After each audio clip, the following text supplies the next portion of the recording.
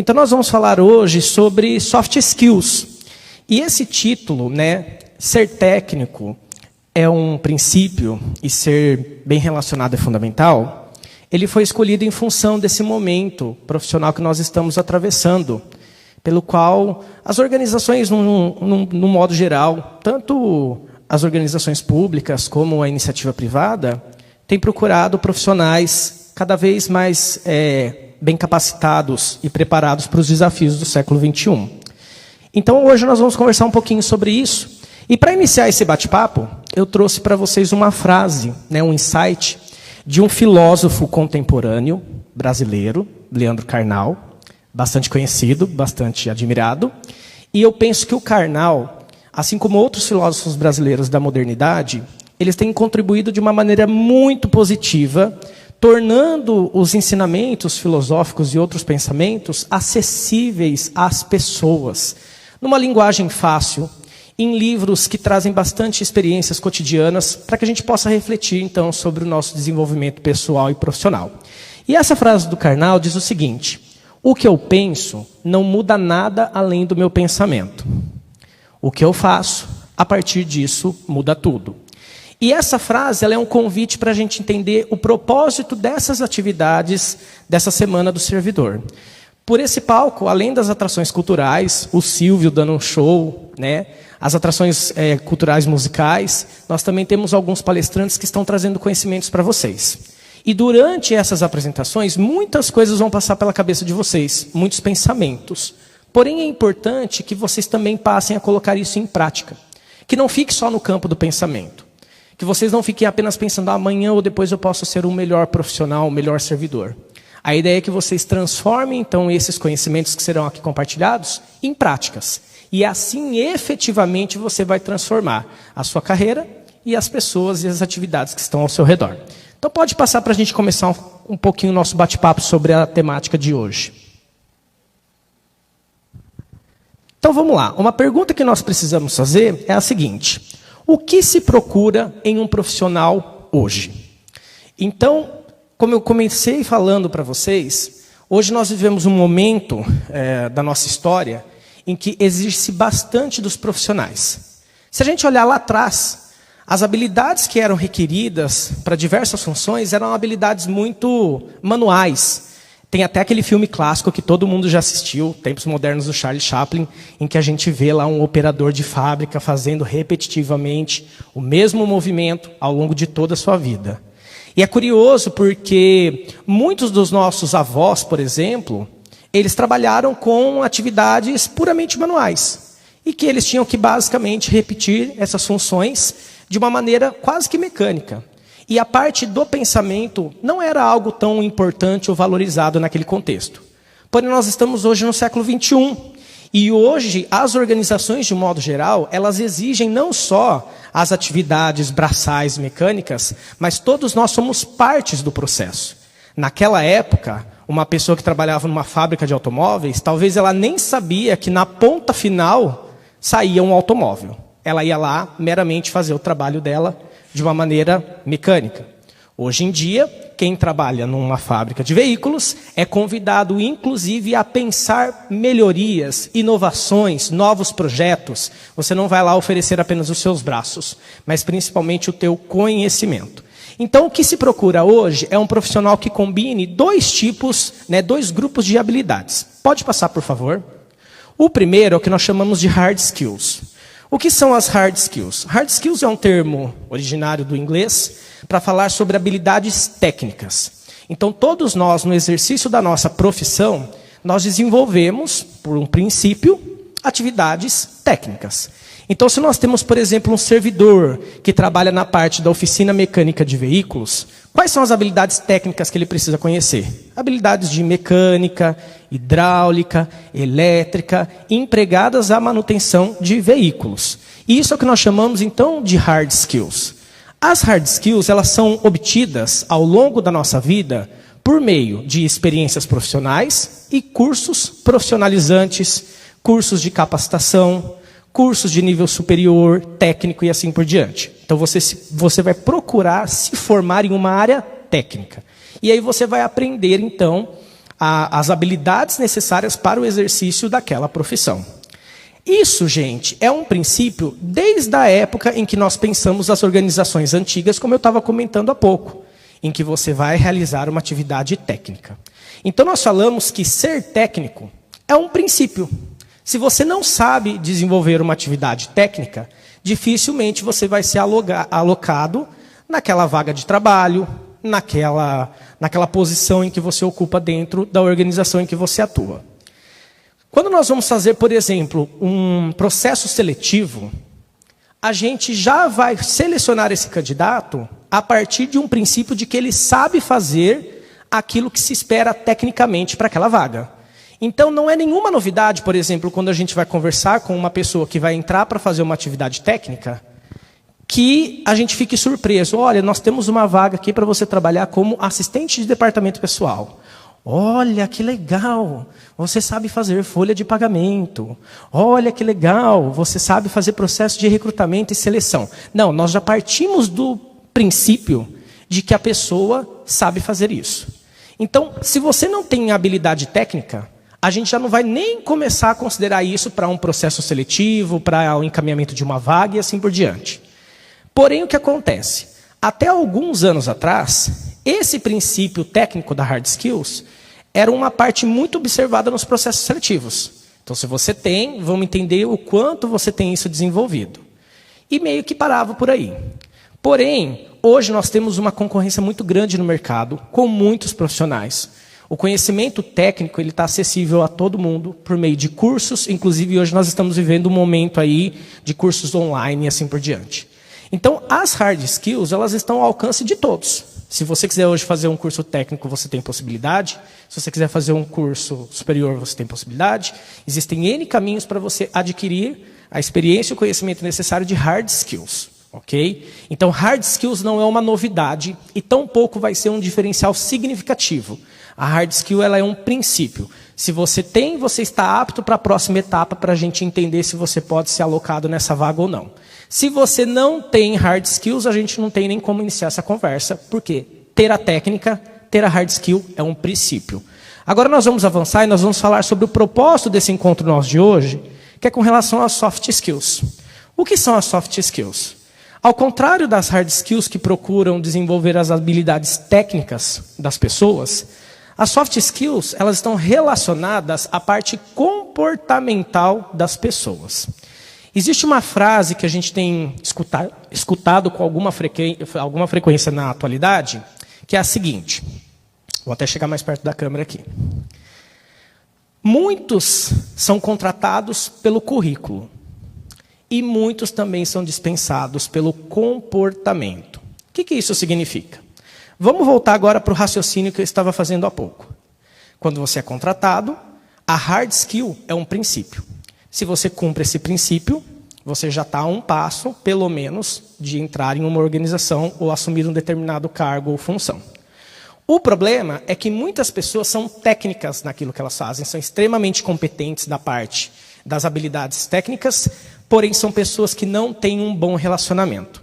E essa parte de relacionamento é um pouco mais desafiador de ser percebido ou medido durante processos seletivos. Claro que existem uma série de iniciativas nesse sentido, como testes da área da psicologia, dinâmicas de grupo, para que possa se observar, então, pequenas atitudes e comportamentos daquele candidato.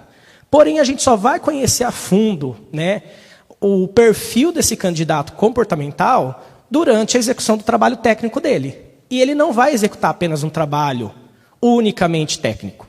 Durante todo o tempo, ele irá se relacionar com pessoas. Ok? E aí é o momento em que nós passamos, então, enquanto organizações, a observar esse aspecto, porque ele é muito importante. De nada adianta eu ter um colaborador extremamente técnico, muito competente no que ele faz, mas que não sabe se relacionar com as pessoas que trabalham na sua equipe, no seu setor, no seu departamento e assim por diante. Então, as soft skills passaram a ser observadas pelas organizações como sendo também um fator muito importante para a qualidade dos colaboradores, funcionários, servidores, deste momento que nós atravessamos no curso da nossa história. Portanto, Ser técnico é um princípio. E ser bem relacionado é fundamental para que você se mantenha no seu posto de trabalho e possa também conquistar outros níveis mediante promoções ou novas oportunidades. Então nós vamos conversar hoje sobre 10 soft skills que são extremamente importantes para quem quer se dar bem nesse cenário em que as habilidades comportamentais passaram a protagonizar também o perfil de sucesso dos bons funcionários, colaboradores e servidores. Então nós vamos começar com um que talvez seja, assim, um dos mais importantes, que é a liderança. E eu sei que muitos de vocês já assistiram palestras sobre liderança, já conhecem essa temática, sabem a importância disso, mas eu vou pontuar com vocês aqui alguns aspectos que são essenciais acerca da liderança para quem quer desenvolver, então, bem as suas soft skills. O primeiro ponto é tratar os indivíduos como indivíduos. O que isso significa? O que se espera de uma boa liderança é a capacidade desse líder olhar para os membros da sua equipe e compreender esses membros da equipe na sua individualidade. Cada pessoa é única. Ela vem com a sua bagagem, com as suas experiências, com o seu repertório, com as suas características pessoais. E nós não podemos massificar o olhar para a equipe colocando todos no mesmo patamar e tratando-os todos da mesma forma. Um bom líder é aquele que consegue identificar as características de cada uma dos seus liderados e adequar o seu estilo de liderança perante a cada um deles. Dentro de uma equipe, o líder vai identificar aquele colaborador, que eu costumo falar que é o Chuck Norris. O que é o Chuck Norris? O Chuck Norris é aquele seu liderado que ele chega na empresa 7 horas da manhã, e ele chega, parece que ele está montado em cima do cavalo. E ele vem ali, ó, com o laço dele girando. E ele chega com aquela vontade de mudar o universo naquele dia. E isso se repete dia após dia. O cara, ele é sensacional. O cara é espetacular. Só que na sua equipe, você também vai ter a Hello Kitty. O que é a Hello Kitty? A Hello Kitty é aquele liderado que não tem boca. Ele não fala. Ele ouve tudo. Ele até concorda com tudo, mas ele não fala, ele não se manifesta. Às vezes, para você tirar uma informação dele, uma opinião dele, uma sugestão dele, é uma batalha, certo? E sabe por que às vezes existe uma Hello Kitty dentro da sua equipe? É porque tem um Chuck Norris. E o Chuck Norris, ele não dá espaço para a Hello Kitty falar. Porque ele já chega às 7 horas da manhã montado em cima do cavalo. A Hello Kitty olha e fala, meu Deus, não vou falar nada. Dentro da sua equipe, também nós podemos ter a figura do Gasparzinho. O que é o Gasparzinho? O Gasparzinho é aquele que você pode contar com ele nos momentos bacana, mas a hora que você precisa mesmo, ele dá uma escapadinha aqui. Ele desaparece aqui, ele desaparece ali. Dentro da sua equipe, você pode também ter um colaborador chamado bicho preguiça. O que é o bicho preguiça? Ele até faz, mas vai no arrasto. Vai ali na base do voo devagar. E você também tem aquele que nós falamos que é os tops de festa. Quando você tem um projeto para ser executado, uma atividade que é super legal, ele se engaja, tudo mais, ele é o enche-bexiga, ele... E aí chega na hora da festa, cadê ele? Ele está lá mais curtindo do que atuando. Estou dando aqui alguns exemplos estereotipados para vocês, não é para que vocês classifiquem os seus liderados, mas para vocês entenderem que as nossas equipes, elas são bem diversificadas. E para cada um desses membros, eu tenho que adotar posturas de lideranças adaptadas. Então eu não posso dar a mesma tratativa que eu dou para o Chuck Norris com a Hello Kitty, porque a Hello Kitty funciona de uma maneira diferente. O Chuck Norris, eu às vezes vou ter que dar uma segurada nele, falar para ele, tem um olhar para a tua equipe, puxa a Hello Kitty para trabalhar junto com você, ensina ela como montar em cima do cavalo e vir, né, lançando aí o laço. A Hello Kitty, por sua vez, não adianta eu pensar que ela vai chegar às 7 horas da manhã com toda a iniciativa do mundo e fazer uma palestra motivacional para botar a nossa equipe para cima e render, porque não é o perfil dela. Então, uma boa liderança, na prática, é aquela que consegue identificar cada um dos membros da sua equipe e tratá-los na sua individualidade. Os pontos positivos precisam ser sempre valorizados e compartilhados. E aqueles pontos que precisam ser melhorados é uma tarefa da liderança, desenvolver isso com as suas equipes. Então, isso é uma postura de soft skill muito importante. Veja que aqui, o meu foco em falar sobre comportamento é em você, líder. Você precisa desenvolver esta habilidade comportamental de entender os seus liderados como indivíduos. diferentes. E aí você vai, então, adaptando o seu estilo de liderança a cada um deles em foco das metas, dos objetivos da organização.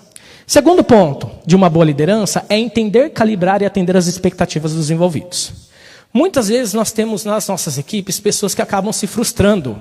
Mas essa frustração às vezes acaba acontecendo porque a liderança não equilibrou as expectativas de todos os envolvidos para aquele projeto, para aquela tarefa, para aquela meta, para aquela missão.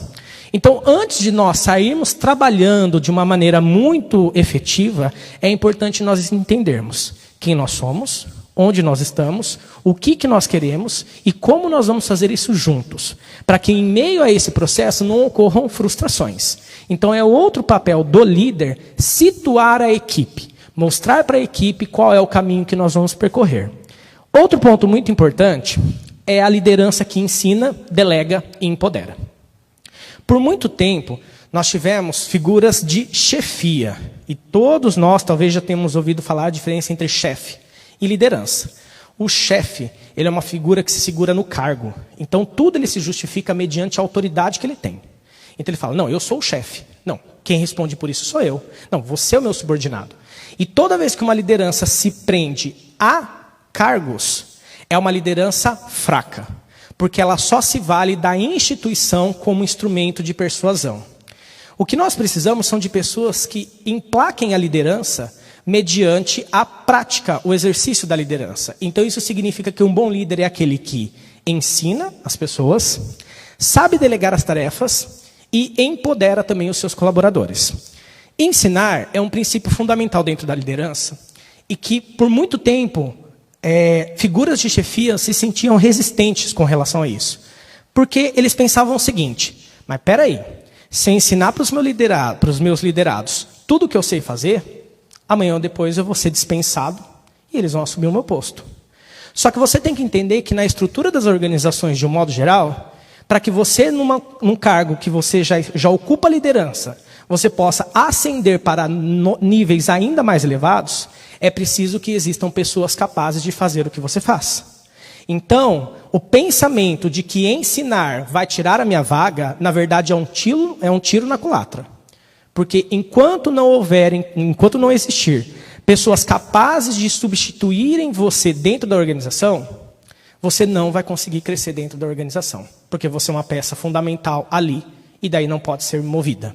Então, um princípio da liderança é ensinar para que outras pessoas possam vir ocupar o meu lugar e assim eu possa também ascender dentro da organização. Um outro princípio importante, que é o de delegação, é que o líder não pode ser aquele que faz tudo. Toma cuidado para você também não virar um líder Chuck Norris, que só você faz, que só você assume as rédeas das coisas. O líder ele tem que delegar, ou seja, ele é quem vai orquestrar aquela equipe, mas ele não vai necessariamente pôr a mão o tempo inteiro na massa. Isso é facilmente percebido quando a gente assiste uma orquestra. Quando você olha a figura do maestro, o maestro ele é o líder da orquestra. A pergunta que eu faço para vocês é a seguinte, o líder dessa orquestra, que é o maestro, ele está tocando algum instrumento musical? Ele está tocando algum instrumento musical? Não. O papel dele é a regência. E a regência é a capacidade de liderar aqueles que estão executando a tarefa de tocar a música. Então veja, seria muito confuso para nós assistirmos uma orquestra na qual o regente toca o saxofone, toca ao mesmo tempo com o pé a bateria, com a outra mão ele toca um instrumento de percussão e ele mesmo se rege. Ele pode até conseguir fazer isso, mas talvez o resultado seja, na cabeça dele, extremamente centralizador, um resultado bacana, porque ele fez do jeito dele. Mas no resultado final, talvez não seja o melhor. E por fim, a parte de empoderar. Empoderar é à medida que você percebe na individualidade de cada membro da sua equipe, que esse colaborador, ele tem responsabilidade, ele tem hard skills, ele tem competências extremamente relevantes para aquela tarefa, você vai dando a ele cada vez mais autonomia, empoderamento, para que ele possa assumir cada vez mais essas atividades. E quanto mais empoderados forem os seus colaboradores, a partir de uma visão de liderança, maiores são as suas oportunidades de ascender dentro da organização para novos postos. Por fim, o último insight sobre liderança, que eu particularmente entendo como sendo fundamental, é valorizar, reconhecer, celebrar e compartilhar. A figura da liderança ela tem que trazer muito estímulo para a equipe. Então, é muito importante práticas, por exemplo, de elogio. Nós costumamos, muitas vezes, se preocupar com feedbacks, com apontamentos de melhoria, com retorno de indicadores e de resultados, e às vezes nós nos esquecemos de um elogio. E um elogio, gente, tem um potencial muito grande para alavancar a motivação dos nossos colaboradores. Às vezes, um elogio muito bem dado e no momento adequado vale mais do que qualquer tipo de outra premiação ou bonificação material.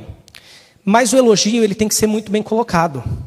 Porque se o líder executa o elogio o tempo inteiro, esse elogio para de ter o efeito esperado.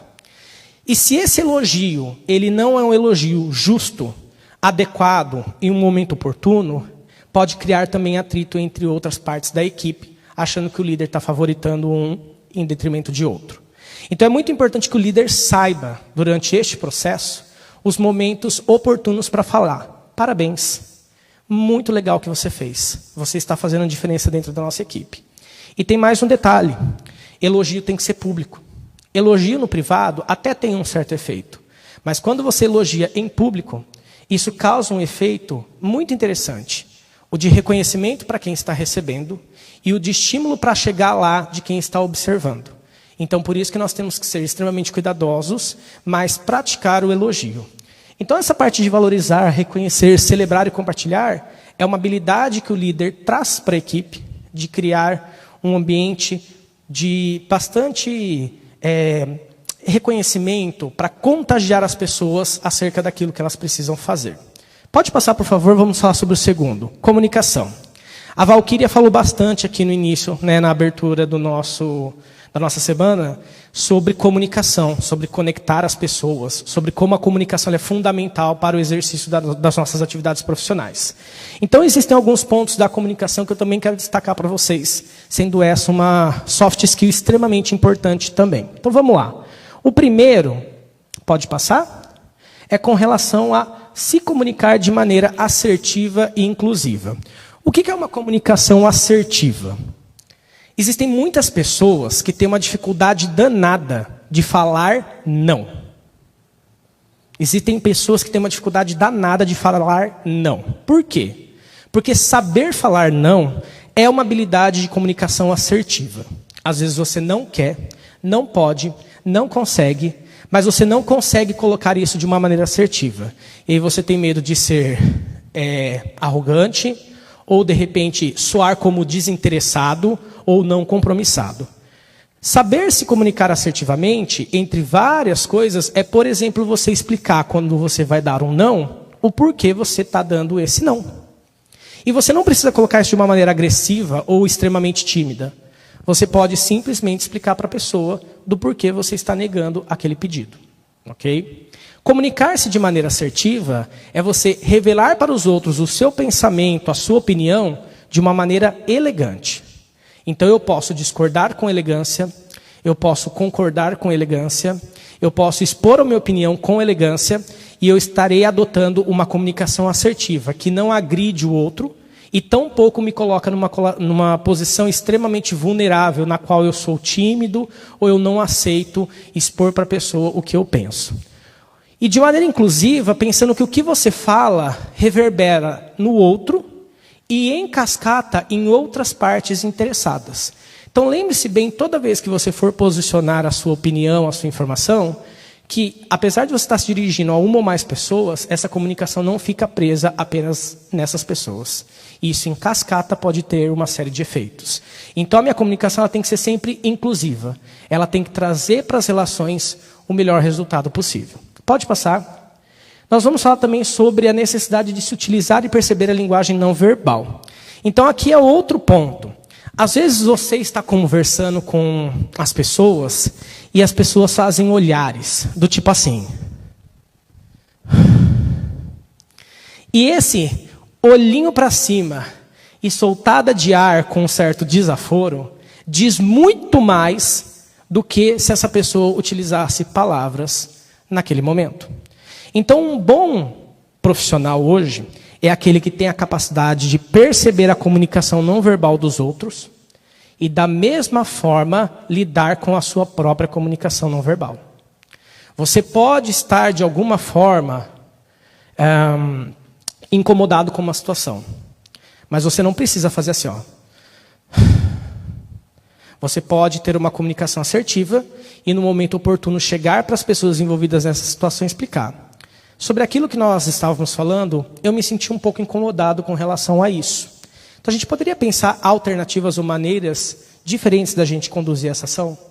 Então, você não precisa usar de comunicação não verbal para expor os seus sentimentos. E você tem que estar sempre atento às pessoas que estão ao seu redor, que estão utilizando isso. Porque daí você vai calibrando também a sua comunicação. Na minha sala de aula, por exemplo, eu fico atento ao olhar dos meus alunos. Às vezes eu estou dando aula, eu olho para um aluno e ele faz uma cara do tipo assim, ó. Uma cara que ele não está entendendo.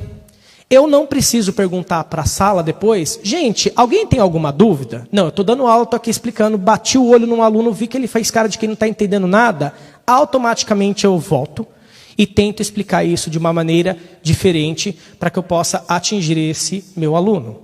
Então, estar atento à comunicação não verbal das outras partes neste processo de comunicação também é um ponto importante. Por fim, saber falar em público de maneira persuasiva. Tem muitas pessoas que jamais aceitariam um convite para estar aqui onde eu estou. Falou, você vai falar em público. Deus que me livre, eu morro de medo de falar em público. O que acontece é que a oratória, a fala em público, a comunicação para um público, é algo que pode ser aprendido. Então, se você tem dificuldade em falar em público, uma das estratégias que você pode adotar é aprender mais sobre oratória. Porque um bom profissional, hoje, é aquele que sabe falar em público. Veja, a Valquíria, no exercício da profissão dela, dentro da estrutura da prefeitura, tem uma série de atribuições. Ela não foi contratada para ser o tempo inteiro uma oradora. Ela não faz isso todo dia. Todo dia tem uma plateia, todo dia tem uma semana do servidor para ela vir fazer abertura e etc. Não. Isso aqui é uma programação pontual dentro de um calendário inteiro de trabalho. Mas a Valquíria, no exercício da profissão dela, precisa ter esta soft skill. A habilidade de saber falar em público. Então, hoje existem cursos, técnicas, ferramentas que te ajudam a melhorar a sua habilidade de falar em público. Mas um bom profissional hoje é aquele que sabe, em um determinado momento, quando ele for convidado ou quando ele for convocado a falar em público, ele sabe fazer isso e sabe de uma maneira persuasiva, convincente. E como é que nós convencemos as pessoas? Não é só pela eloquência, fala bonito e tudo, mas não é nada disso não. Você, claro, tem que ter todo esse trabalho vocal e etc., mas o mais importante é você ter repertório. O seu conteúdo ser um conteúdo verdadeiro. As pessoas, elas não têm medo de falar em público, elas têm medo de chegar aqui e falhar. E como que elas vão falhar? Quando elas não têm repertório. É muito difícil a gente falar sobre alguma coisa que a gente não conhece. Se eu pegasse qualquer um de vocês que estão aí nos acompanhando de casa, do seu trabalho, ou quem está aqui na plateia, e eu falasse para você, fala um assunto que você gosta. Eu gosto de futebol, sou corintiano. Então conta para mim a história do teu clube. Fala para mim quem são os jogadores atualmente do Corinthians. Quantos títulos paulistas ele tem? Quantos títulos brasileiro? Libertadores? Essa pessoa seria capaz de falar horas e horas sobre o Corinthians. Por quê? Porque ela tem domínio sobre o assunto. Ela tem repertório. Agora, se eu pedir para essa pessoa falar para mim 15 elementos da tabela periódica, talvez ela não consiga. Ela até estudou, viu isso no passado, mas não é o domínio dela. Então, um bom profissional hoje é aquele que sabe falar para um público, tem essas habilidades de comunicação e se vale do seu repertório. E aí ele consegue, então, se dirigir de uma maneira persuasiva. Então, veja, uma boa capacidade persuasiva é ter repertório sobre aquilo que você vai falar. Vamos agora para a terceira soft skill dessa manhã. Relação interpessoal. Outro ponto que a Valquíria colocou para nós aqui ao longo da nossa programação. Esse aqui é um ponto extremamente importante também. E eu trouxe os seguintes insights para a gente conversar. Pode passar. Primeiro, ter escutativa. Nós estávamos falando agora sobre comunicação. E dentro da comunicação, olhando na relação entre as pessoas, nós estamos em um momento em que as pessoas não nos escutam. Elas ouvem, mas ouvir e escutar são coisas completamente diferentes. Ouvir é o som que chega até aqui aos meus ouvidos. Escutar é eu decodificar isso, entender o que aquela pessoa está pedindo, está falando, está transmitindo em termos de informação para mim. Então, muitas vezes, as pessoas estão falando com a gente e a gente está mexendo no celular. Ou a pessoa está falando com a gente está aqui trabalhando em... Ou às vezes a pessoa está falando com a gente, você está olhando para ela e você está pensando assim, ó, nossa, quando eu chegar hoje em casa, vou ter que colocar carne para descongelar, eu tenho que fazer a janta depois. Então, um problema muito grave nas relações interpessoais é quando não ocorre a escutativa. É um dever nosso ter a escutativa. Uma boa habilidade hoje comportamental é você saber parar e dar atenção para aquilo que aquela pessoa está falando. E isso se chama escutativa. É você, naquele momento, concentrar, então, a sua atenção e os seus esforços para entender o que está sendo comunicado para você. E depois você, então, dá encaminhamento para as outras tarefas. Em um mundo em que cada vez mais a gente é bombardeado por informações, até as tecnologias estão fazendo com que a gente fuja, talvez, um pouquinho da escutativa. Ou, pode ser que para outros seja uma ferramenta para melhorar a escutativa. Há pouco tempo atrás, o WhatsApp lançou uma atualização em que você acelera o que a pessoa fala 1,5 ou 2 vezes. E com muita frequência nós pegamos pessoas que estão ouvindo a outra falando 2 vezes mais. Fora as aulas gravadas, que eu sei que alguns alunos meus, quando vão assistir, também colocam lá na velocidade 2 para assistir a aula. Porque ele vai falar, bom, a aula do cara tem 3 horas, vou assistir na velocidade 2, 1h30, tudo certo. A pergunta é, isso está promovendo uma escutativa? Ou se você só está sendo bombardeado por uma informação o mais rápido possível, porque na tua vida corrida você não consegue dar atenção para as pessoas. Só que depois, quando você vai falar, curiosamente você quer ter a escutativa da outra parte. Curiosamente você quer que as pessoas recebam aquela informação com o máximo de atenção possível. E aí você se sente extremamente incomodado quando você está falando com alguém e a pessoa está mexendo no celular. Quando você fala com a pessoa, ela está olhando para o computador e não dá atenção para você. Quando você fala 1, 2, 3 vezes a mesma coisa para a pessoa, e depois a pessoa fala, o que é mesmo? Ah, não lembrar, não entendi. Então veja, é muito importante nós praticarmos a escutativa. Então é fundamental hoje para os profissionais da atualidade saber direcionar a tua escuta. Outro ponto dentro da relação interpessoal é ser positivo e receptivo. Então existem aquelas pessoas que, assim, ela chega para trabalhar e todo dia é uma segunda-feira, 7 horas da manhã. Terça-feira é uma segunda, 7 da manhã. Quarta é uma segunda, 7 horas da manhã. Sexta-feira, 5h45 da tarde, ela ainda está no modo segunda-feira, 7 da manhã. Quando falta 5 para 6, ela começa a mudar o humor dela da sexta-feira. Se ela não trabalha de sábado e de domingo. Se tiver que trabalhar no sábado e domingo, talvez o humor permaneça. Nós precisamos de pessoas que sejam mais empolgadas, pessoas que sejam mais receptivas, mais positivas. E dentro desse processo, tem mais um detalhe. Ser receptivo é toda vez que você receber uma ideia, uma sugestão, um apontamento, receber isso com escutativa e valorizar a contribuição daquela pessoa. Por mais que essa contribuição não seja, a princípio, a melhor, entenda que aquela pessoa confiou em você ao ponto de compartilhar essa ideia, essa sugestão, essa proposta. Se você não tem receptividade para receber, se você é aquela pessoa que, legal, mas eu acho que não vai dar certo. Não sei, vamos pensar sobre isso. Daqui a pouco, essa pessoa que se relaciona com você, ela não vai levar mais as coisas para você. Porque ela percebe que você não é uma pessoa receptiva. Então ela vai criar uma barreira com você e que quem alicerçou essa barreira foi você. Porque toda vez que essa pessoa se dirigia a você com uma sugestão, uma ideia, uma proposta, você não era receptivo. Você até falava, legal, e acabou. E não é que aqui eu estou falando que tudo que chegar até nós temos que pôr em prática. Qualquer ideia, qualquer sugestão, qualquer proposta, a gente tem que aceitar e pôr. Não. Mas nós temos o dever de receber, agradecer quem trouxe para nós e estimular essa pessoa para que, se essa ideia tem possibilidade de ser implantada, essa proposta, essa sugestão, vamos trabalhar junto nisso. Se a gente percebe que não dá, vamos juntos encontrar um entendimento do porquê não dá. E aí essa pessoa vai entender o porquê a ideia dela não é talvez tão genial assim, mas ela não vai se sentir inibida numa próxima vez em compartilhar com você. Outro ponto dentro da relação interpessoal, fundamental, é praticar o rapport, a empatia e o humor. O rapport, ele vem de uma palavra, né, que é oriunda do francês, que na tradução seria trazer de volta. O rapport é uma habilidade que nós desenvolvemos de nos conectarmos com as outras pessoas. Outro ponto que a Valquíria há pouco estava falando com a gente. Então, o rapport é eu, num primeiro momento, nas relações que eu vou estabelecer, eu tentar identificar pontos comuns. Sabe, a gente tentar criar um mínimo vínculo? É por isso que, por exemplo, quando nós vamos fazer uma integração de pessoas que ainda não se conhecem, a gente às vezes faz uma dinâmica de equipe para pôr essas pessoas para fazer algo em comum. Porque isso cria pontos de rapport. Quando você vai até uma loja e o vendedor vai te abordar, ele vai tentar criar alguma estratégia de rapport.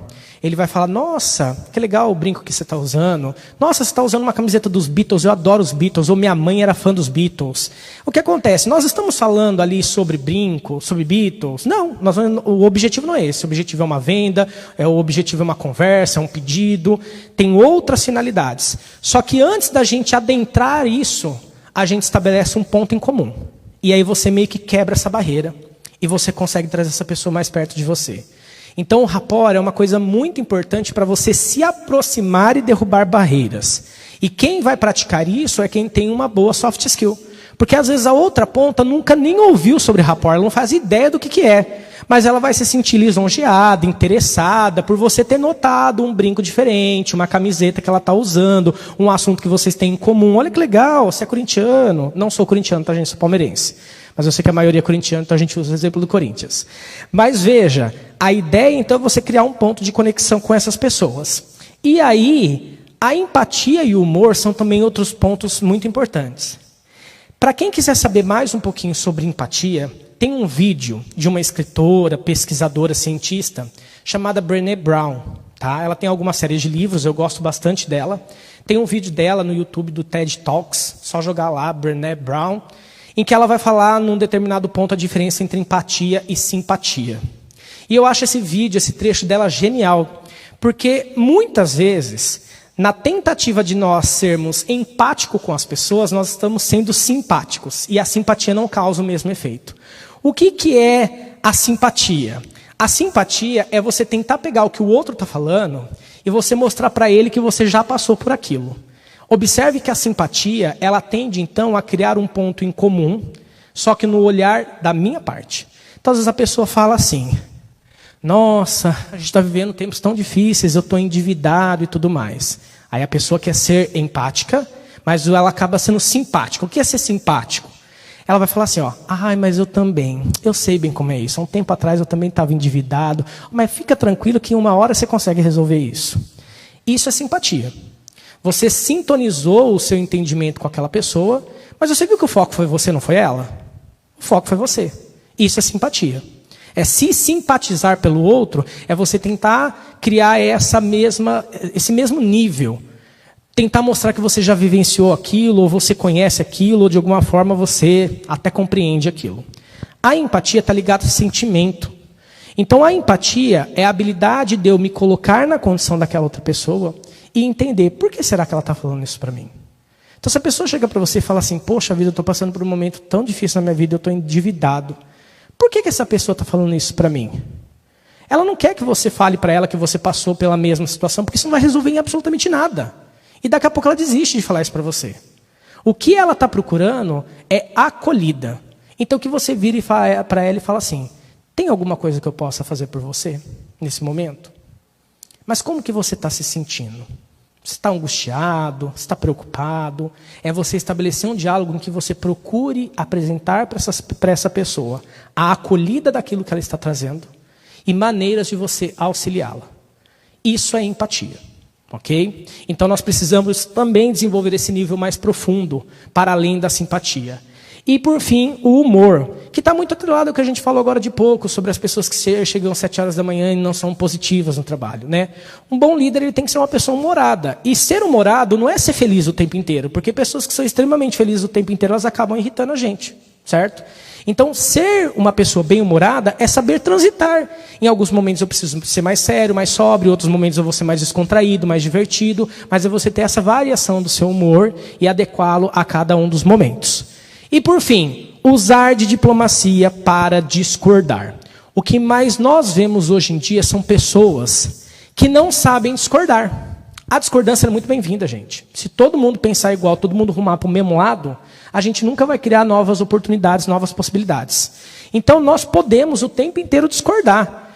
E você vai discordar com elegância. E discordar com elegância parte do pressuposto de que você tem as suas crenças, as suas opiniões, e o outro lado também tem as delas. E quem é você para convencê-la do contrário? Na briga, na fala agressiva? Não.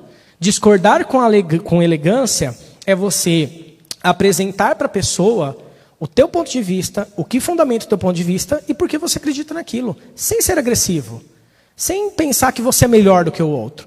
Então nós estamos vivendo uma sociedade de muita intolerância porque as pessoas não sabem discordar uma das outras. Parece que as pessoas esqueceram que discordar é permitido.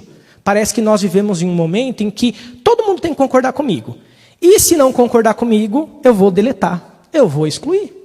Então as pessoas elas estão trazendo a bolha da internet de alguma forma para suas vidas. Mas aí eu te pergunto, na internet alguém fala uma coisa que você discorda, você não teve nenhum pouco de diplomacia para discordar, não foi elegante, e aí é muito fácil, você vai lá e deleta e bloqueia a pessoa.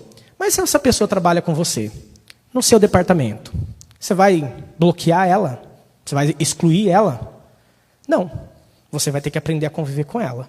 Então nós podemos a todo momento discordar com elegância, com diplomacia e entender que aquela pessoa também tem a opinião dela. E quem sou eu para chegar do dia para a noite e mudar a opinião dela? E no convívio nós vamos construindo o entendimento para chegar nos pontos que são importantes. E dentro da organização não é o que me interessa, não é o que interessa a ele, é o que interessa à organização. Vem em primeiro lugar. Bom, então esses são os pontos sobre a relação interpessoal. Vamos avançando aqui para a gente falar sobre o ponto 4, que é a disciplina, que é outro elemento fundamental. Pode avançar. Pode avançar? Bom, dentro do escopo da disciplina, ter iniciativa. Né? Então a gente fala muito sobre proatividade, as pessoas não esperarem o comando, né? Estarem sempre aptas a trazer algo novo, a propor as coisas. E essa iniciativa, gente, quando a gente fala, as pessoas acham que é assim, coisa mirabolante, do tipo assim, nossa, amanhã eu vou chegar e vou apresentar um novo projeto, uma nova ideia, uma nova proposta. Não é nada disso. Iniciativas são coisas do tipo, você está passando lá no seu departamento e tem um papel no chão. E tem pessoas que passam batido, direto. E nem observam esse papel no chão. Ter iniciativa é pensar o seguinte, mas esse papel no chão representa uma desorganização nesse setor. E essa desorganização não faz parte da minha realidade. E eu não vou perder um braço, uma perna agachando aqui, pegando esse papel e jogando no lixo. Isso eu vejo com muita frequência na minha escola. Escola é um ambiente que a gente está educando as crianças, trabalhando com eles, e às vezes eu estou passando no pátio e eu vejo um papel de pirulito, um aluno que largou uma latinha de coca num lugar onde não devia. E aí eu, Peterson, não preciso, vou chamar a equipe de zeladoria para acioná-los para fazer a limpeza de uma lata de coca. Eu estou passando, eu olhei, eu peguei e joguei. É essa iniciativa que nós estamos falando.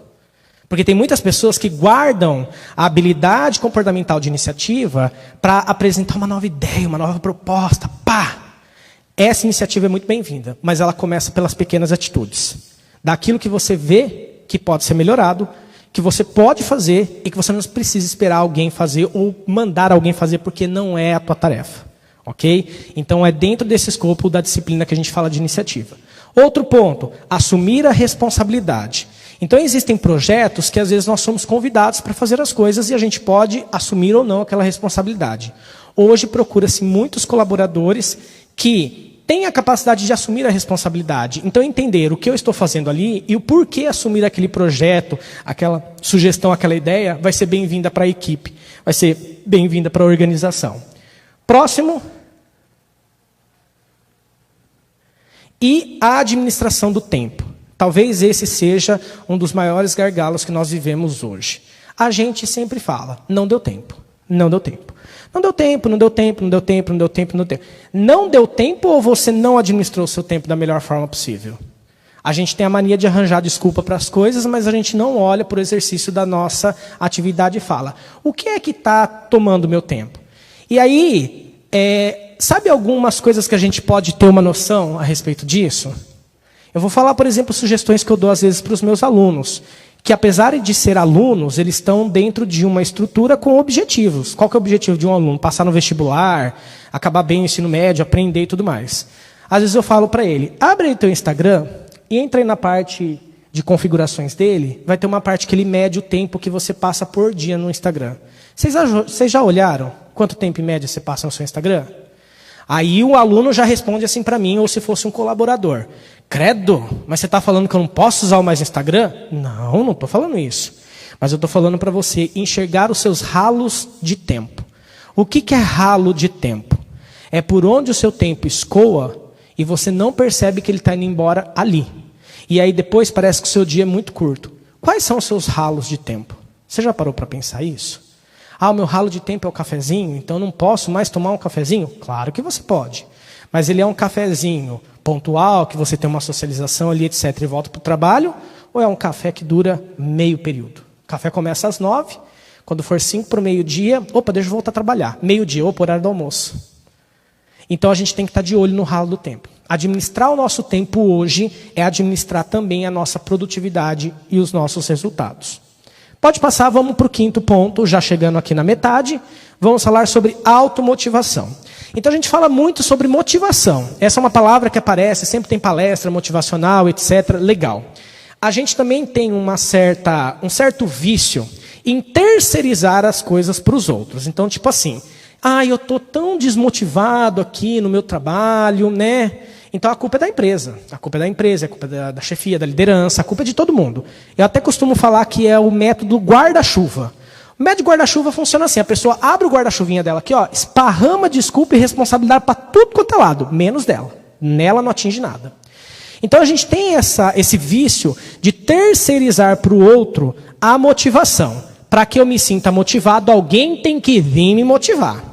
Eu concordo, e os estudos da área de psicologia, né, gestão de pessoas, mostram a importância das atividades motivacionais na organização.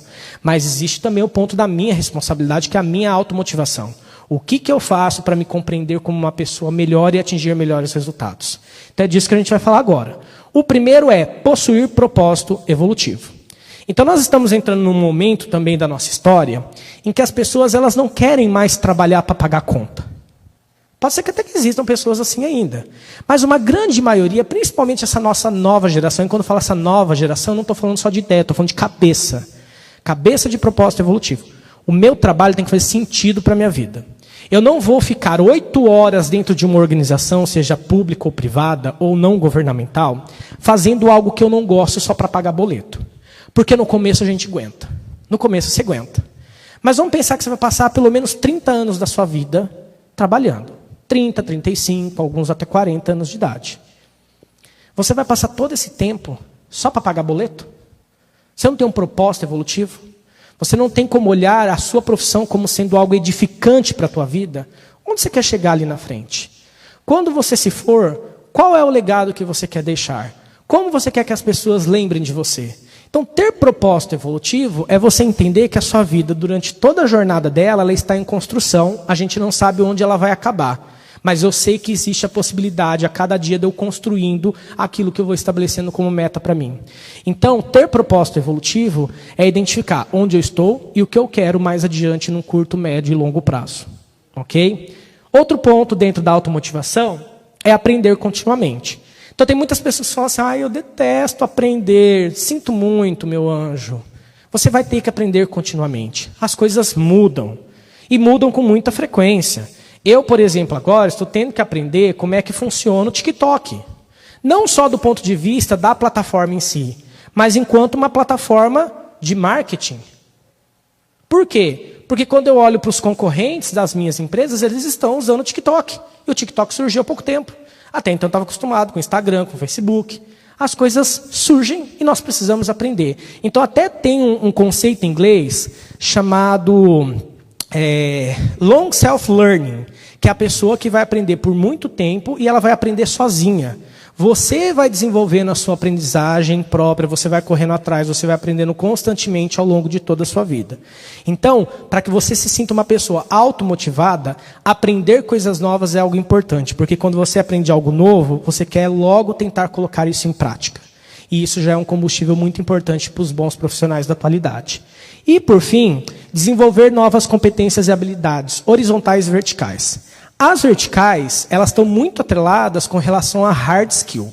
Então, se você é um analista de sistemas, você tem que desenvolver o teu conhecimento na parte de desenvolvimento de sistemas, etc. E isso muda constantemente, porque é uma área muito tecnológica. Então, você vai aprendendo e vai aprofundando o seu conhecimento vertical, ou seja, vai se aprofundando, se especializando enquanto profissional dessa área. Só que hoje, a gente também precisa ter conhecimento horizontal. Esse analista de sistemas, ele tem que entender um pouquinho de gestão, um pouquinho de gestão de pessoas, um pouquinho de mercado, um pouquinho de finanças. Ele tem que entender um pouquinho de tudo. Por quê? Porque o que ele faz na vertical tem conexão com outras atividades também verticais e ele se relaciona na horizontal. Então, a gente precisa saber de tudo um pouquinho e da área que eu sou especialista o máximo possível. Aprendizagem vertical e aprendizagem horizontal. Naquele contexto que eu falei no início para vocês, lá do filme Charlie Chaplin, Tempos Modernos, o Carlitos ele aprendia só o vertical. Era só apertar parafuso. E acabou. É isso, vertical. Hoje nós precisamos ter o máximo possível de vertical e o máximo possível de horizontal, para você ter uma visão mais global. Pode avançar, vamos para a nossa sexta soft skill, trabalho em equipe. Então a gente falou sobre liderança, e eu estava falando no posto de quem lidera. Agora a gente vai olhar do posto de quem está sendo liderado. Então vamos lá. Primeiro insight sobre trabalho em equipe, vai trazer para a gente, pode passar? Colaborar e cooperar. Dois verbos que às vezes eles são entendidos como sinônimos e não são. Vamos entender cada um deles. Se precisar de ajuda, recorre ao dicionário. Colaborar é eu trazer o auxílio, propor e estar junto. Cooperar é fazer junto. Colaborar, então eu acompanho, eu monitoro, eu estou à disposição, eu estou junto. Cooperar é operar junto, ou seja, os dois colocam a mão na massa.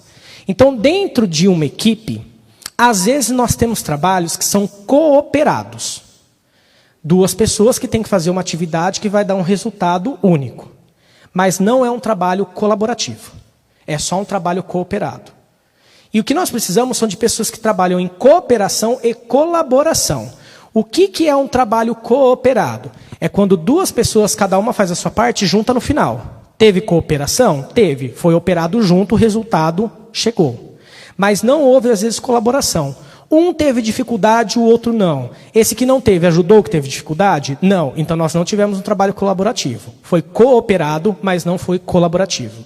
Nós precisamos de equipes que trabalham de maneira colaborativa, um ajudando o outro e cooperada, juntos, ok? O trabalho de equipe é diferente de trabalho em grupo, gente. Às vezes a gente fala, a gente precisa trabalhar em grupo, nananana. Tudo bem, dentro ali de um cotidiano a gente vai entendendo, mas vamos separar aqui o que é grupo e o que é equipe. Então tem uma analogia muito simples. Quando você vai até o cinema assistir um filme, ou vamos pegar o exemplo aqui do nosso espaço, Teatro Municipal. Quando você vem até o Teatro Municipal, e agora que está acabando, a pandemia está melhorando, ainda tem um tempo que a gente vai ter que se proteger, mas já está melhorando. Quando você vem ao teatro para assistir uma peça, você tem uma atividade em grupo. Por quê? A plateia chega no horário, não vai chegar depois, porque senão você não vai entrar, vai atrapalhar todo mundo. E na hora que a peça de teatro começa, todo mundo fica em silêncio. Todo mundo desliga o seu celular ou coloca no modo silencioso e acompanha em conjunto a peça de teatro. Isso é um trabalho em grupo, feito pela plateia. Só que o que acontece? O interesse e as intenções das pessoas que estão nesse grupo são completamente distintos. Teve quem veio porque está super interessado nessa peça. Teve quem veio, não está interessado na peça, mas é porque um membro do casting, do elenco, é parente, é amigo. Então não está tão interessado na peça, quer ver o colega. Teve um que veio para namorar no teatro, aquele modo antigo, e pega na mão, e tem uma noite, depois vai para um jantar e tudo mais. Teve quem veio porque ganhou no sorteio um par de ingressos, nunca gostou de teatro, mas já que eu ganhei de grátis, vou. Cada pessoa aqui tem uma intenção e um interesse diferente. Mas na hora de executar, todos estão em grupo fazendo. E quando acaba, cada um vai para o seu canto. A equipe é quem está no palco. Porque todos os membros do casting, mas não só o elenco, todas as outras áreas, O pessoal de iluminação, o pessoal de backstage, o escritor, o roteirista, toda a equipe, cada um fez a sua parte pensando no resultado final. Todos eles têm um propósito em comum. E isso é o que configura uma equipe. Quando as pessoas daquele grupo têm um interesse em comum, nós temos um trabalho que a gente pode chamar de equipe. Só que ele só vai efetivamente acontecer se houver cooperação e colaboração. Então, o que a gente acaba vendo? Organizações que têm um trabalho em equipe, mas um tanto quanto deficitário. E por que ele é deficitário? Porque você tem a equipe trabalhando de uma maneira cooperada, mas não colaborativa. Opera-se junto, mas você ignora a pessoa que está do seu lado, se ela tem dificuldade, ela que se vire. E o que nós precisamos é de cooperação também, e colaboração. Vamos para o próximo, estabelecer conexões com os membros, né? Também está dentro aí do tema da Semana do Servidor. Estabelecer conexões com os membros pode se iniciar com uma atividade de rapport, que a gente acabou de falar, e você vai estendendo isso com o passar do tempo. Então, quando você estabelece conexões fortes, bons vínculos com as pessoas, dentro de um relacionamento interpessoal sólido, honesto, assertivo, você consegue obter melhores resultados dessas pessoas. Então, hoje nós vivemos em um mundo de conexões. O convite, por exemplo, de eu estar aqui hoje falando para todos os ouvintes, vem de conexões que eu tenho com a equipe da Escola de Gestão. Então, a conexão hoje ela é muito importante para nós. E aí a gente fala muito nessa parte sobre networking. E o networking ele é uma coisa orgânica, natural, que você também tem que administrar de alguma forma. Mas veja, a gente consegue perceber quando alguém se aproxima da gente por interesse. E a gente também sabe quando a pessoa estabelece uma conexão com a gente natural, porque a gente pode ter uma troca ali adiante. Então, o networking, gente, ele veio para substituir de uma maneira muito melhor aquilo que nós chamávamos lá atrás de QI. Antigamente tinha QI, quem indica. Você tem que ter um QI lá. Se não tiver um QI, você não vai conseguir nada. Hoje em dia, a gente não trabalha mais com a ideia de QI. Porque a QI está muito atrelado a coleguismo. E no ambiente profissional, hoje, a gente é mais profissional. Então, networking é identificar nas pessoas que estão ao meu redor os potenciais delas, estabelecer conexões com ela, e num dado momento ela pode precisar de mim, ou eu posso precisar dela. E se a gente tem um networking bacana, a gente pode, colaborativamente, desenvolver e estimular mais produtos ou resultados dessa conexão. E, por fim, criar visão coletiva. Que era o que eu estava falando ali quando a gente falou sobre colaborar e cooperar. Visão colaborativa é a gente fazer com que todos da equipe, né, e eu, enquanto membro dela, entenda o nosso propósito ali. O que eu estou fazendo ali? Não adianta eu ter várias pessoas da minha equipe comprometidas com o resultado que é esperado, com o objetivo daquilo que ela tem para fazer, e outras pessoas atuando em interesse próprio. Só está preocupado com o salário que vai cair no final do mês, isso aqui a gente vai fazendo como dá, e seja o que Deus quiser. Nós precisamos ter uma visão integrada de que tudo que a gente está fazendo junto ali tem um resultado, e você tem que entender que você faz parte desse resultado, ou que você é uma peça fundamental para alcançarmos esse resultado. Então, a visão coletiva ela é muito importante dentro da equipe. Pode avançar, vamos para o 7º ponto. Resolver problemas, que é outro ponto muito importante hoje em dia, e as organizações, no geral, estão muito interessadas em profissionais que são capazes de resolver problemas. Veja, quando você é contratado por uma organização, ou você entra na administração pública ou numa administração não governamental, você está sendo contratado para resolver problemas. Não importa se você é um funcionário de nível operacional ou de alta cúpula de gestão. Todos nós, diariamente, resolvemos problemas. Só que existem pessoas que elas só resolvem problemas quando elas são mandadas resolver problemas, quando elas são obrigadas a resolver problemas. E o que nós precisamos são de pessoas que tenham iniciativa para falar, temos um problema, como nós vamos resolver? Vamos estruturar e vamos resolver esse problema. Okay? Tem até uma lenda, que eu não me recordo, mas é uma lenda oriental, de um mestre que chamou vários dos seus discípulos e deu para eles um objeto muito bonito e falou, esse objeto que vocês estão vendo aqui na minha frente, ele é um objeto que nós precisamos acabar com ele. Ele não é um objeto desejado. Só que todos que estavam assistindo ficaram tão maravilhados com aquele objeto, que nenhum deles tiveram coragem de tomar qualquer atitude, de tomar qualquer medida. E um desses seguidores, um desses seus discípulos, pegou aquele objeto maravilhoso, tacou no chão e partiu ele em vários pedaços.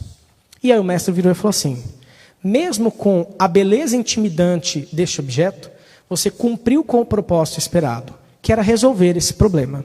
Apesar de ele ser muito bonito, encantador, e desta forma ele ser ele fica te intimidando, ser intimidador, você resolveu o problema.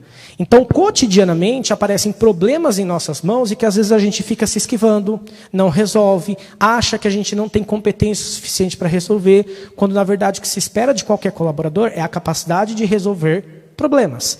E isso a gente faz encontrando sempre maneiras de seguir adiante. Eu, por exemplo, costumo colocar tudo aquilo que eu tenho para fazer em um checklist. Eu chego de manhã, eu tenho meu caderno lá de atividades, eu vou anotando as coisas principais que eu tenho para fazer. E conforme eu vou fazendo, eu vou riscando. Cada risco meu desse é uma analogia a essa metáfora. É como se eu tivesse pegado esse objeto de bonito e tacasse ele no chão. Eu resolvi esse problema, vamos para o próximo, vamos para o outro. Existem problemas extremamente simples, fáceis de serem resolvidos, e existem problemas mais complexos. E aí você vai criando sistemas de administração, inclusive, do seu tempo. O que é prioridade? O que é circunstancial? O que é prioridade vem na frente, o que é circunstancial você não vai protelar, mas assim que possível você resolve. O que vem na frente é aquilo que é prioritário. Então nós precisamos encontrar maneiras de resolver problemas, porque no fundo não importa a tua profissão, você é um resolvedor de problemas. Outro ponto dentro dessa soft skill é usar o conhecimento crítico e técnico. Como é que eu resolvo problemas? Utilizando o conhecimento que eu tenho. E se eu não tenho esse conhecimento, eu tenho que buscar ele, seja dentro da organização, buscando cooperação dos membros da minha equipe e colaboração, ou adquirindo esse conhecimento externamente, fazendo um curso, vindo para as programações da escola de gestão, onde vai ser oferecido conhecimentos, habilidades, para que vocês possam melhorar a performance profissional de vocês. Então, eu vou resolver problema com conhecimento técnico e crítico. Eu tenho que tomar muito cuidado para não fazer as coisas com base no achismo. Mas eu acho que tem que ser feito dessa forma. O eu acho é muito perigoso. Você tem que ter conhecimento, técnica, habilidade para resolver isso. Por isso que é uma soft skill. Resolver problemas. Porque quem tem essa soft skill aprende continuamente. A gente acabou de ver que um dos pilares das soft skills dentro da disciplina é aquela pessoa que aprende constantemente. Da automotivação. A pessoa aprende constantemente. Então veja, para resolver problemas com qualidade, eu tenho que ter conhecimento. Se eu não tenho conhecimento ainda para resolver esse problema, eu tenho que buscar esse conhecimento. Quando eu busco esse conhecimento, eu estou desenvolvendo minha automotivação, que é um pilar das soft skills que vai me ajudar a resolver problemas, que é outro pilar. É comportamental. Se você não tiver o impulso humano, automotivador, para buscar conhecimento crítico e técnico para resolver problemas, você nunca vai atingir aquela hard skill. Ou seja, como é que eu conquisto hard skill? A partir de soft skill. Se você não tem interesse, propósito evolutivo, automotivação, você nunca aprende habilidades técnicas. Se você não aprende habilidades técnicas, você não vai ser um resolvedor de problema. Então a gente entra meio que num ciclo que vai se autoalimentando. Próximo. E por fim, fazer o melhor possível. É o que a gente busca. Fazer o melhor possível é dar o melhor resultado com os recursos que você tem ao seu alcance. Daqui a pouco a gente vai falar também mais para o final sobre recurso. Só que o que acontece? Uma vez eu ouvi isso da mantenedora da minha escola. Um professor fez o seguinte comentário para ela. E ele estava no direito de fazer esse apontamento porque era uma necessidade dele. Mas fica difícil a gente fazer uns projetos aqui interativos com os alunos usando a internet, porque a internet da escola é uma internet meio ruim, né? E aí a minha mantenedora respondeu para ele de uma maneira muito elegante. Ela falou assim, olha, professor, eu queria muito poder oferecer para você, como instrumento de trabalho, uma internet melhor. Porém, nesse momento, na circunstância que a nossa escola atravessa, essa é a melhor internet que eu posso oferecer. Mas eu acredito no seu potencial de fazer o melhor com aquilo que a gente tem em mãos. E aqui reside o bom profissional. Fazer o melhor possível com o que você tem em mãos. Porque, gente, é muito confortável você dar um super resultado quando você tem recursos em abundância. Eu falo muito para os meus alunos isso. Eu falo, o bom gestor se mostra em períodos de escassez, na qual você tem que fazer o melhor resultado possível com aquilo que você tem ao seu alcance. É fácil administrar as coisas quando você tem um mega orçamento. É fácil administrar as coisas quando você tem super recursos e muitas equipes e todo mundo afinado e aquele é o paraíso que todo mundo quer chegar. Mas a pergunta é, quem vive esse paraíso? Quem administra esse paraíso? A grama do vizinho é sempre mais verde que a sua, né? Veja, nós precisamos fazer o nosso melhor com os recursos que estão ao nosso alcance. E aí, aqui sim, a gente vai ver os bons profissionais fluindo. Pode passar. Vamos já para o 8º, já chegando no final, vamos falar sobre flexibilidade. Pode passar? Flexibilidade é estar aberto às mudanças e se permitir aprender o novo. São 2 períodos que nós temos aqui. Ok? Estar aberto a mudanças e se permitir aprender o novo. Então, nós temos três tipos de pessoa. Aquelas pessoas que são inflexíveis e elas vão sofrer horrores porque elas não estão abertas à mudança e não querem aprender o novo. Então, isso não é desejado. Depois, nós temos um grupo que é um grupo majoritário, que são as pessoas que estão abertas à mudança, às vezes não por vontade própria, mas elas estão abertas devido às circunstâncias, só que elas não querem aprender o novo. E aqui nós temos um problema. Não adianta você falar, não, eu sou uma pessoa aberta às mudanças, mas quando você tem que aprender, você é resistente, você é procrastinador, você não corre atrás. Então, ser flexível é estar aberto ao novo e querer aprender o novo. Aí sim você é uma pessoa flexível. Só estar aberto é um pensamento que não muda a sua atitude. Pode avançar? Saber lidar com incertezas. Talvez a pandemia tenha sido, para muitos de nós, a experiência de vida que mais mostrou como nós vivemos em um mundo de incertezas. Início de 2020, todo mundo sentado no seu status quo, todo mundo fez lá suas resoluções de início de ano. Vou emagrecer. É a número 1. Emagrecer. Fazer uma dieta, perder 10 quilos. E aí chega em março, as academias fecham. E aí a pessoa fala, agora não vou conseguir mais emagrecer porque a academia fechou. Gente, o mundo é cheio de incertezas. E aí a pandemia veio para elevar essas incertezas em um nível que talvez a gente nunca tinha pensado. E aí nós tivemos que se reinventar. E aí a hora que eu cheguei aqui, eu estava conversando com a Valquíria, e ela falou, olha, o pessoal lá da equipe da Secretaria de Cultura dando um show para a gente com esses equipamentos e tudo mais, né? A gente faz lá o nosso de uma maneira um pouco mais modesta, mais funcional, né, Valquíria? Dá certo?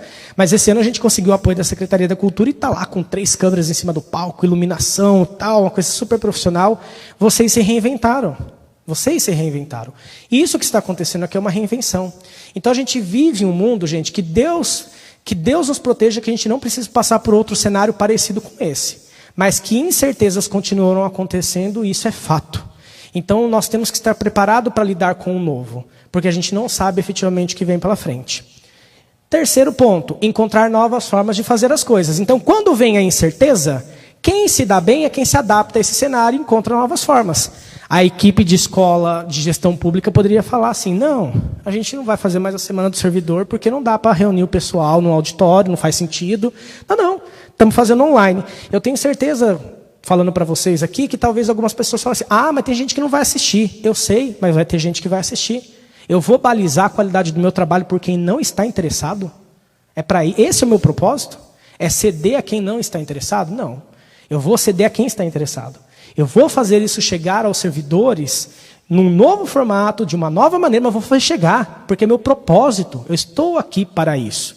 Então, aquela frase que a gente ouve do Darwin, né, que quem se adapta não são os mais fortes, né, mas assim aqueles que têm a maior capacidade de se adaptar, né, quem evolui é quem tem a melhor capacidade de se adaptar, é justamente isso. Quem que evoluiu nessa pandemia? Olha para essa trajetória, para a tua vida profissional, quanto que você evoluiu? Eu vejo lá pelos meus professores, tinha professor que não sabia usar um computador. Hoje o cara ele é quase um youtuber. Ele sabe fazer tudo, ele sabe filmar, editar, roteirizar, postar, coloca fundo, chroma key. Aprendeu. Talvez na base da incerteza. Mas ele fez o quê? Encontrou novas formas de fazer a sala de aula dele funcionar. E por fim, trabalhar bem com prazos e pressão, que também é um grande desafio. Nós precisamos saber lidar com prazos, com pressão, e isso vem muito de encontro com a administração do tempo. Vamos para o 9, já para a gente ir encerrando. Autorregulação emocional. Isso é tão importante que na minha escola os adolescentes já aprendem isso como uma disciplina. Nós temos lá uma disciplina de programa de desenvolvimento de autocontrole das emoções. Então isso é um ponto importante. Pode passar. Conhecer a si próprio. Então, esses espaços, por exemplo, durante essa atividade, vocês estão pensando sobre o perfil de vocês. Será que eu sou um bom líder? Será que você trabalha em equipe? Será que a minha comunicação é boa? Se nós não criássemos esse espaço, talvez você não faria essa autoavaliação de você. E isso aqui é uma oportunidade de você conhecer a si próprio. Pode passar. Lidar com os sentimentos. Vou dar um exemplo. a gente às vezes é ensinado de uma maneira muito errada a respeito da raiva. A raiva é um sentimento negativo. Não pode ter raiva. Às vezes foi ensinado para você, raiva é feio, não pode sentir raiva. Gente, a raiva ela é um sentimento extremamente útil, como qualquer outro sentimento. Não tenha nenhum sentimento que não tenha utilidade. A raiva, ela dá para mim um alerta importante de injustiça. Normalmente a gente sente raiva quando alguma coisa está acontecendo de uma maneira tão errada que você sente aquele... E aí o que é ter a autorregulação da sua emoção para lidar com os seus sentimentos? É você entender que aquilo que está acontecendo é muito errado. Número 1. Então a raiva tem uma função importante para mim. Qual que é a próxima etapa? Espera. Porque fazer as coisas no momento de fúria pode dar um resultado equivocado. Então você vai saber que no momento de raiva, você identifica que algo errado está acontecendo, mas você precisa de um tempo para respirar, pensar, baixar essa adrenalina e aí utilizar também da razão para que você possa resolver aquele problema. Então, no fundo, a raiva ela é importante. Então, não posso falar que a raiva é feio, que sentir raiva é uma coisa feia. A raiva ela tem uma função importantíssima. Então, nós precisamos colocar os sentimentos em caixinhas e entender como eles funcionam e saber lidar com eles dentro do nosso cotidiano. Pode passar. E não deixar misturar ou acumular sentimentos. Às vezes a gente começa a misturar uma coisa com a outra, às vezes a gente deixa acumular sentimentos, então um ponto de tristeza, um ponto de incômodo, vai somando, vai somando, vai somando, vai crescendo, e se a pessoa não sabe administrar sentimento, num pico de raiva em que ela está sentindo fúria, ela vai ter um comportamento completamente agressivo, inadequado, e é onde a gente começa a chegar naquilo que eu falei no começo. Muitas pessoas são contratadas pelo currículo e dispensadas pelo comportamento. Então, não deixa acumular sentimento. Aconteceu alguma coisa que te incomodou, chega na pessoa e, de uma maneira assertiva, elegante, pontue para ela. Olha, não gostei disso, chama ela no canto, conversa. Baliza isso e acabou. Mas se você deixar acumular, isso vai somando, somando, e às vezes até pessoas que têm um certo equilíbrio acabam estourando em um momento de raiva e de fúria. E, por fim, a 10ª skill de hoje, a ética profissional. Precisamos falar muito sobre isso ainda. É um assunto batido, mas com muita frequência a gente vê pessoas e profissionais atuando de uma maneira antiética. Mas aqui eu quero trazer alguns insights que vão ajudar o comportamento para que você possa ser mais ético. Pode passar? O primeiro dele é assumir que o seu trabalho impacta na vida de outras pessoas.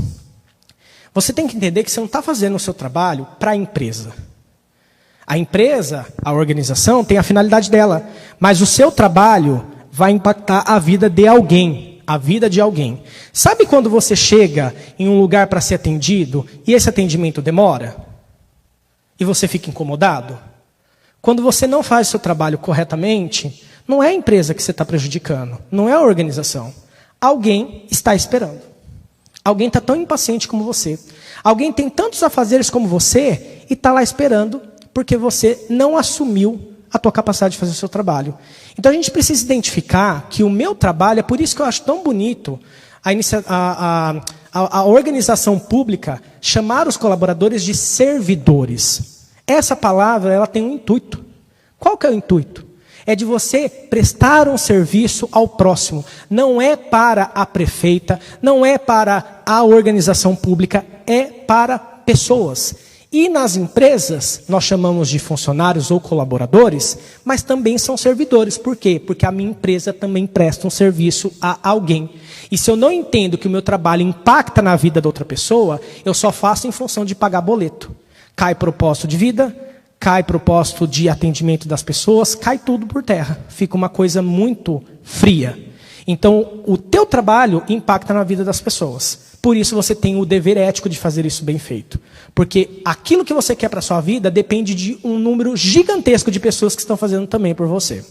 Segundo ponto, distinguir prazer de responsabilidade. O que é prazer? Fazer o que eu gosto. O que é responsabilidade? Fazer o que precisa ser feito. E muitas vezes eu vou ter que fazer coisas necessárias que não me dão prazer. Por exemplo, eu lá na minha escola, no exercício de gestão, eu já tive que fazer desligamento de professores. Eu sinto prazer nisso, em demitir uma pessoa, em pensar que a partir do próximo mês, se ela não tiver nenhum tipo de benefício, ela não vai ter mais aquela renda e que de alguma forma eu estou tirando a qualidade de vida dela. Não sinto nenhum prazer.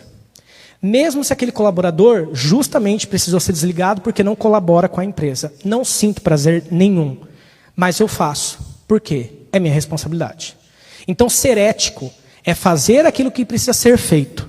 Prazer é fazer aquilo que você gosta. E não dá para a gente viver só de prazer. Outro ponto, fazer o que é certo e não o que é fácil.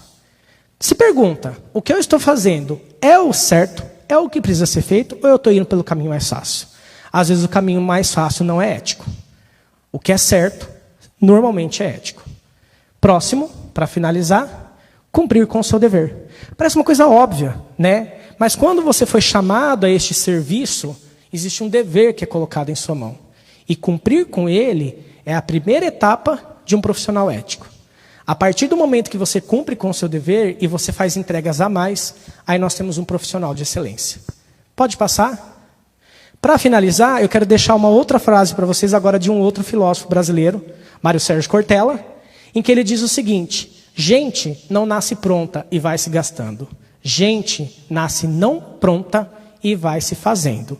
E se hoje você participou dessa atividade, você com certeza se fez um pouquinho mais. E é isso. Muito obrigado pela presença de todos. E eu fico à disposição.